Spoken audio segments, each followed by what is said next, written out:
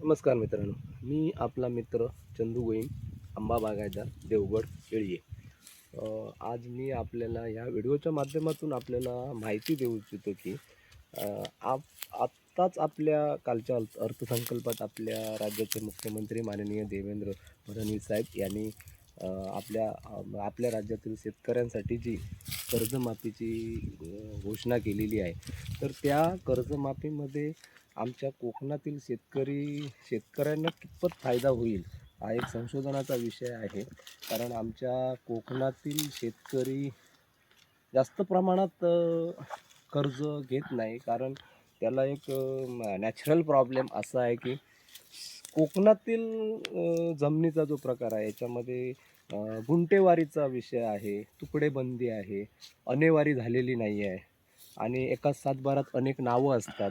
त्याच्यामुळे लोन घ्यायला बँकांमध्ये प्रॉब्लेम येतो, NOCचा प्रॉब्लेम येतो. अशामध्ये लोन आधी बघितलं तर लोन बऱ्याच अंशी कमी प्रमाणात आहेत आणि आहेत लोन ती पण रेग्युलर असतात. म्हणजे आंबा पीक जी असतात ती रेग्युलर असतात आणि त्याच्यामध्ये थकीतचं प्रमाण म्हणजे म्हणाल तर एकदम नगण्य, म्हणजे साधारण 2-5% प्रमाण याच्या पलीकडे नाहीच आहे. तर ह्या कर्जमाफीचा कितपत आम्हाला म्हणजे कोकणातील शेतकऱ्यांना फायदा होईल हे काय सांगू शकत नाही. म्हणजे खूप अत्यल्प प्रमाणात तो फायदा होईल असं आहे. तर आज परिस्थिती अशी आहे काय, आज आमच्या कोकणातील शेतकरी म्हणजे आंबा, काजू, नारळ, सुपारी, जांभूळ वगैरे जो पिकवणारा शेतकरी आहे, हा आज ह्या नैसर्गिक आपत्तीमुळे म्हणजे वातावरणातील होणारे बदल आहेत. आत्ता टेम्परेचर 38-39 डिग्रीपर्यंत जातं आहे.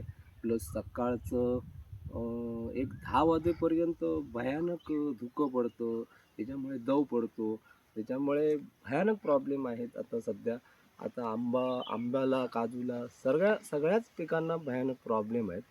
तर कर्जमाफीचा काय आमच्या कोकणातील शेतकऱ्यांना तेवढा फायदा होणार नाही आहे. म्हणून आता जर आमच्या कोकणातील शेतकरी आता 12 तारीखला एक मोर्चा काढणार आहेत. ओरोसला ओलोस कलेक्टर च्या ऑफिसवरती नेणार आहेत मोर्चा. तर त्या मोर्चामध्ये प्रत्येक शेतकऱ्याने हिरिरीने सहभाग घेतला पाहिजे. आपल्याला हा मोर्चा शांततेत, अहिंसक, म्हणजे आपल्याला जो घटनेने जो अधिकार दिला आहे त्या अधिकाराचा वापर करून आपण आपले हक्क मागण्यासाठी म्हणजे न्यायासाठी आपण गेलं पाहिजे, भांडलं पाहिजे.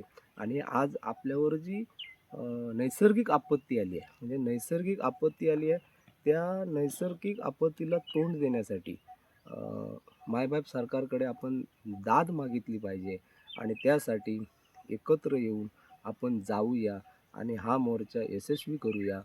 ह्याला कुठचंही गालबोट न लागता व्यवस्थित शांततेत हा आपण मोर्चा सक्सेस करूया आणि आपल्या मागण्या सरकारकडून मान्य करून घेऊया. नमस्कार.